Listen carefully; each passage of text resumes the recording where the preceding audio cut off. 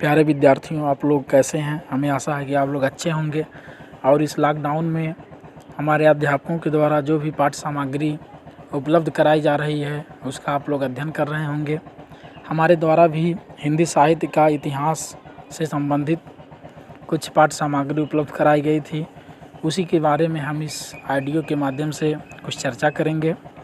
आज का जो हमारा टॉपिक है हिंदी साहित्य का इतिहास लिखने की परंपरा। तो जब हिंदी साहित्य का इतिहास लिखने की परंपरा की बात आती है तो सर्वप्रथम हम फ्रेंच विद्वान गारसा द तासी का नाम लेते हैं। इनके द्वारा 1839 ईस्वी में एक पुस्तक लिखी गई जिसका नाम था इस्तवार द ला लिटरेचर एंदोई ए हिंदुस्तानी, जो कि फ्रेंच भाषा में लिखा गया। लेकिन इनके पहले भी कुछ भारतीय विद्वान थे, जैसे गोकुलनाथ का नाम आता है। उनकी पुस्तक है 84 वर्षों की वार्ता, 252 वर्षों की वार्ता, जो कि ब्रज भाषा गद्य में लिखा गया है। उनके द्वारा भी कुछ लेखकों के बारे में, कुछ कवियों के बारे में इस रचना में प्रकाश डालने का काम किया गया। भक्तमाल भी इसी श्रेणी में आता है, जो कि नाभादास के द्वारा लिखा गया। यह भी ब्रज भाषा गद्य में लिखा गया। लेकिन अगर पहला प्रयास माना जाए तो गारसा द तासी के द्वारा ही किया गया, जो कि 1839 ईस्वी में इनकी पुस्तक का प्रकाशन हुआ।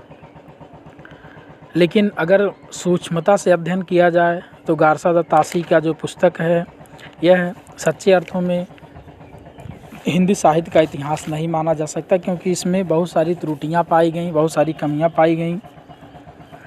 लेकिन गारसा द तासी इसलिए अत्यधिक महत्वपूर्ण हैं क्योंकि इनके द्वारा ही सर्वप्रथम हिंदी साहित्य के इतिहास को लिखने का काम किया गया।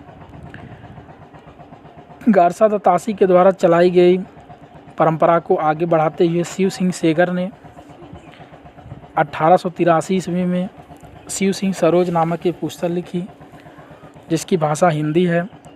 इसकी विशेषता कोई ख़ास नहीं है, इसमें केवल यही कहा जा सकता है कि गारसा द तासी के द्वारा जो एक परंपरा चलाई गई थी उस परंपरा को इन्होंने आगे बढ़ाने का काम किया।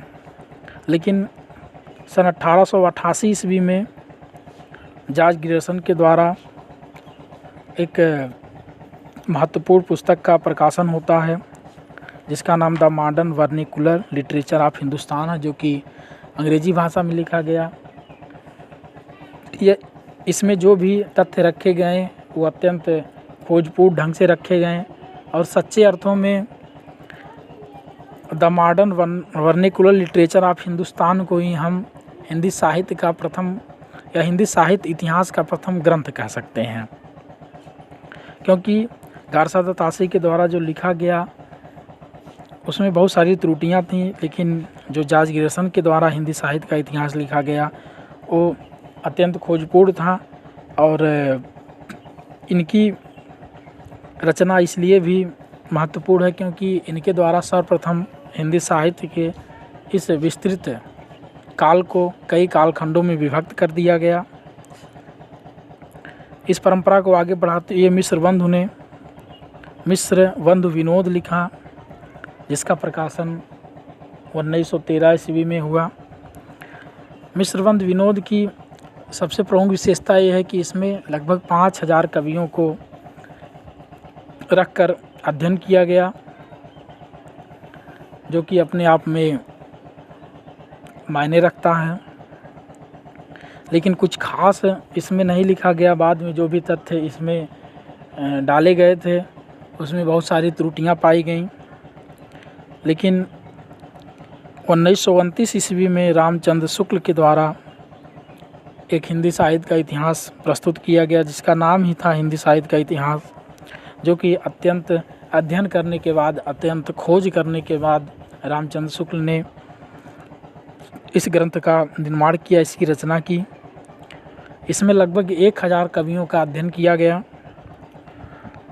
हिंदी साहित्य का इतिहास नाम से प्रकाशित इनकी पुस्तक आज भी जो है प्रसिद्ध है। आज भी इनमें जो भी तथ्य डाले गए थे, जो भी खोज किए गए थे, आज भी इसमें कुछ तथ्य ऐसे हैं जिसकी प्रामाणिकता आज भी बनी हुई है। इस परंपरा को आगे बढ़ाते हुए हजारी प्रसाद द्विवेदी, धीरेन्द्र वर्मा, राम कुमार वर्मा, डॉक्टर नगेंद्र, ये भी जो है हिंदी साहित्य पर अपनी अपनी पुस्तकें लिखे हैं। आज वर्तमान समय में अगर देखा जाए तो हिंदी साहित्य की सैकड़ों पुस्तकें हमारे बीच में मौजूद हैं, लेकिन जो प्रथम प्रयास है वो गारसादा तासी के द्वारा किया गया। लेकिन अगर हिंदी साहित्य की प्रथम पुस्तक की बात होती है, हिंदी साहित्य के इतिहास की प्रथम ग्रंथ की बात होती है, तो the modern vernacular literature of Hindustan का नाम आता है। इस ऑडियो में इतना ही, और